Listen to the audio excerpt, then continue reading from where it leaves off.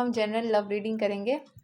अभी इस general love reading को आप लोग अपने लाइफ में मैनिफेस्ट करने के लिए नंबर लिख सकते हो 555, ठीक है। और बाकी जो है उस इंसान को आंखों में सोचिए, डीप ब्रीथ इन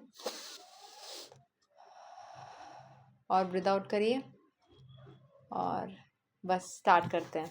देखते हैं कि वो इंसान क्या अभी आपके बारे में सोच रहा है।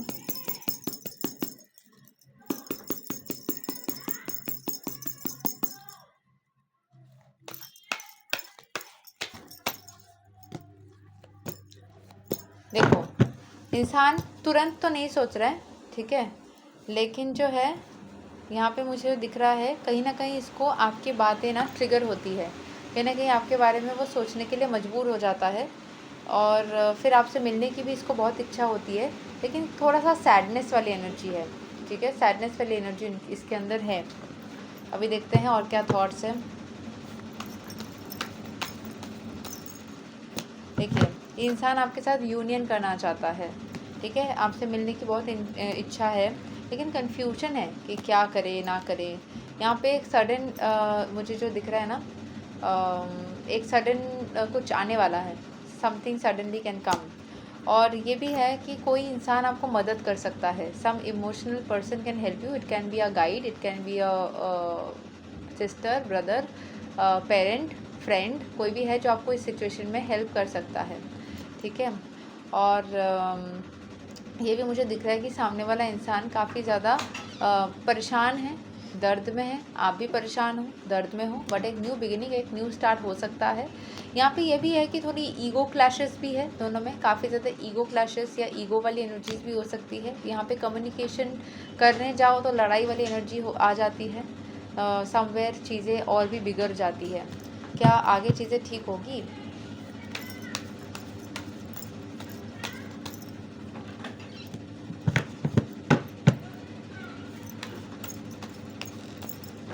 आगे चीज़ें ठीक होने के रास्ते में काफ़ी ज़्यादा वो है, रेस्ट्रिक्शन है या फिर काफ़ी ज़्यादा लड़ाई वाली एनर्जी है, ठीक है।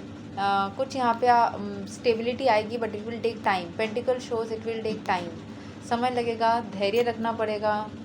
नथिंग कम्स लाइक मैजिक, आपको धैर्य रखना पड़ेगा। जब आप धैर्य रखोगे सही से तो कभी कभी मिरेकल्स भी होते हैं। मैंने अपने इस पूरे जर्नी में बहुत सारे लोगों को हीलिंग करवाते वक्त तुरंत जब वो रीडिंग ले रहे हैं कॉल पे, वो रीडिंग होते करते करते ही मैंने देखा है कि उनका कॉल आ गया। When they were on the call, उन्होंने बताया अरे मेरे कॉल पे पीछे से उसका कॉल आ रहा है, उठा लो। ये एक नहीं और एटलीस्ट 50-60 लोगों के साथ में हुआ है और बहुत सारे अच्छे फीडबैक्स आए हैं कि सुबह रीडिंग लिया, महीनों महीनों से ब्लॉक थे, शाम तक रीडिंग लेने के बाद जब आए कुछ ही टाइम पे वो अनब्लॉक करेगा तो शाम तक अनब्लॉक कर दिया। शाम को दोबारा इंसान ने कॉल करके बताया कि काम बन रहा है, ठीक है। सो हमेशा ही इस चीज़ पे थोड़ा सा शांति रखने से, पेशेंस रखने से हो जाता है। बहुत टाइम पे तुरंत हो जाता है, बहुत टाइम पे समय लगता है, 3 महीने तक समय लगा है, ऐसा भी हुआ है, but it always works, always works. इस चीज़ को ध्यान रखना कि हमेशा ही काम बनता है, लेकिन आपकी विश्वास होनी चाहिए। और अगर आप मल्टीपल, ये हर एक एस्ट्रोलॉजर बोलता है, अगर आप मल्टीपल एस्ट्रोलॉजर्स के पास जाते हो तो क्या होता है पता है? एक एस्ट्रोलॉजर हमेशा चाहता है कि उसके ज़रिए काम बने। मेरे पास में कोई आया है तो मैं चाहूँगी कि लोग बोले कि अरे इनके ज़रिए मेरा काम बना है। लेकिन अगर आप बहुत सारे लोगों के पास जाओगे तो सारे ही ये बात चाहेंगे, और बाई चांस अगर उनको पता लगता है कि अरे ये तो इसके पास जा रहा है तो उसको बुरा लगता है, तो थोड़ी नेगेटिव एनर्जी निकलती है। तो वो नेगेटिव एनर्जी कभी कभी दूसरे का एनर्जी काट देता है, ठीक है।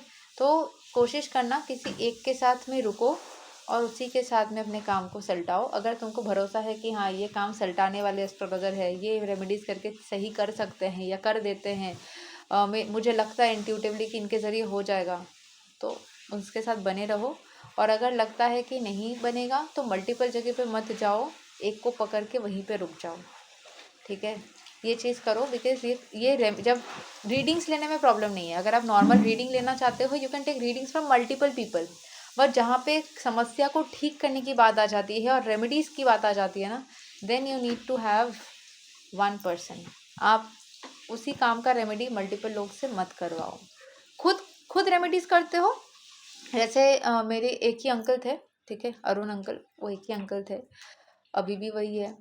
लेकिन हाँ, जब उन्होंने मुझे मेरी मम्मी को बताया था कि मेरी मम्मी एस्ट्रोलॉजी में अपने बचपन में कुछ घटनाओं के बाद में विश्वास बंद कर दी थी। हमारे विश्वास पूरी तरीके से बंद था। जब मैं 9th में थी तो मेरी बड़ी मौसी ने बताया था कि टीवी पे एक एस्ट्रोलॉजर आ रहे थे और उनके पास में जा कर के दिखा सकते हो, ये बच्चों के लिए कुछ कुछ सरस्वती माता के बहुत अच्छे अच्छे चीज़ें बता रहे हैं। तो मेरी मम्मी बोली नहीं नहीं नहीं नहीं, करते करते फिर बोले अच्छा इतना मौसी बोल रही है तो एक बार चले जाते हैं। तो उन्होंने घरेलू कुछ उपाय बताया था, ठीक है। तो घरेलू उपाय जब बताया था तो उसको फिर करने के बाद में मम्मी ने देखा कि हाँ अच्छा फील हो रहा है।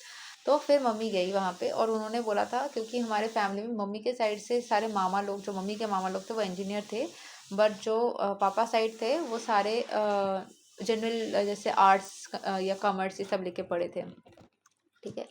तो ये हुआ था फिर कि मतलब उन्होंने बताया कि इंजीनियरिंग करना इसके लिए सही होगा। मम्मी शॉक हो गई क्योंकि सबने सोचा था मैं, क्योंकि मुझे बचपन से इंग्लिश हिस्ट्री सब पसंद था, तो मैं लिटरेचर लेकर के नॉर्मल ऑनर्स करूँगी, ये सोचा था। तो इंजीनियरिंग करने बोला। मम्मी ने बोला कि ये बात सच है कि नहीं, मुझे प्रूव करने के लिए दोबारा जाना चाहिए। तो फिर वो दूसरे और एक आंटी से पूछने गए थे, उस आंटी ने भी वही बताया। फिर और एक जन को पूछे, उन्होंने भी वही बताया। तो ये सारे लोगों से उन्होंने पूछा, बट मेरी जो कुंडली में प्रॉब्लम्स थी उसके उपाय, उसके रेमेडीज सिर्फ अरुण अंकल के साथ ही हमने किया। हमने वो आंटी और सबसे सिर्फ पूछा, पूछने के लिए, ठीक है। बाकी हमने मल्टीपल लोगों से नहीं पूछा, मतलब कुछ रेमेडीज नहीं करवाया। हाँ, उन्होंने कुछ कुछ सजेस्ट किया कि ये करवा सकते हो, वो करवा सकते हो। मम्मी ने पहले तो किया मेरे लिए वो उपाय, पर सूट नहीं किया। उससे मुझे पता चला, क्योंकि जैसे किसी ने बताया ये स्टोन्स पहना है, वो स्टोन्स पहनना चाहिए, ये स्टोन्स करना चाहिए। तो पहले तो सुना, सबका बात ही सुना, ऐसा नहीं है कि नहीं सुना। पर सुनने के बाद मैंने जो बोला था कि रियलाइज़ किया मम्मी ने कि ये सही नहीं हो रहा है। और जो आंटी ने बोला था ये जो सब कुछ मेरे को सही नहीं लगा। और बाकी सब कुछ बहुत सारे ने बहुत कुछ बताया, लेकिन एक्चुअली वो अंकल के, जो मैं अंकल का नाम ले रही हूँ, उनके बुक्स से मैंने बहुत कुछ सीखा है, ठीक है। और बहुत सारी चीज़ें सीखा है, ठीक है। तो उसके बाद धीरे धीरे करके उनसे जुड़ गए। अभी फिर बहुत साल हो गया कि मेरा चार्ट, आई थिंक मैं कॉलेज में थी उस टाइम पे दिखाया था, बहुत सारे साल हो गए। उसके बाद चार्ट मेरा मैंने किसी को नहीं दिखाया। फिर धीरे धीरे मैं इंजीनियरिंग मैंने की, बिल्कुल की। इंजीनियरिंग के बाद मैंने जॉब भी की और इंजीनियरिंग के सेकेंड ईयर से मैंने टैरो सीखना चालू किया, because in our chart 8th house represents engineering and 8th house represents astrology. तो आप एस्ट्रोलॉजी भी करने के लिए अगर इंजीनियर बन सकते हो तो आप एस्ट्रोलॉजर भी बन सकते हो, ठीक है। सो मैंने इंजीनियरिंग भी करी, लेकिन ये चीज़ समय के साथ साथ रियलाइज़ किया कि आप बहुत सारे लोगों से मिलो। हाँ, स्टार्टिंग में जैसे जब मैं 7th स्टैंडर्ड में थी और एक अंकल ने सजेस्ट किया था कि आप ये पूजा करो, तो घरेलू पूजा कर सकते हो, बट अगर किसी प्रॉब्लम को सॉल्व करना है तो किसी एक के साथ ही जुड़ना सही रहेगा, ठीक है। नहीं तो वो इंसान ऑफेंड होता है, फिर उसकी अलग एनर्जी निकलती है, नहीं करना चाहिए, ठीक है। चलो, इस रीडिंग के साथ थोड़ा गाइडेंस, तो अगर आप लोगों में से किसी को भी अगर कुछ भी रेमेडीज़ मुझसे करवाना है, आप जुड़ सकते हो। इफ़ यू थिंक लाइक कि हाँ इनके साथ में जुड़ के मुझे रेमेडीज़ करवानी है, या फिर टैरो सीखना है, या रीडिंग्स लेनी है, या वैदिक सीखना है, वैदिक से प्रेडिक्शन लेनी है, न्यूमरोलॉजी सीखना है, न्यूमरोलॉजी से प्रेडिक्शन लेनी है, ठीक है, या फिर वास्तु चेक करवाना है, इसके लिए आप कनेक्ट कर सकते हो, ठीक है। सेशंस के ज़रिए हम ये कर सकते हैं।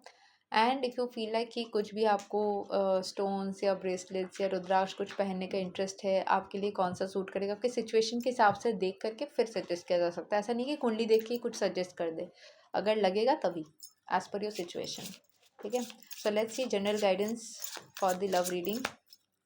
जनरल गाइडेंस वही आ रहा है वापस से, वेरी सून आपके काम बनेंगे। Clearly decide what you want so that it comes to you now, and your love life benefits as you forgive your parents, ठीक है। अपने पेरेंट्स को या अपने फैमिली मेम्बर्स को माफ़ करो।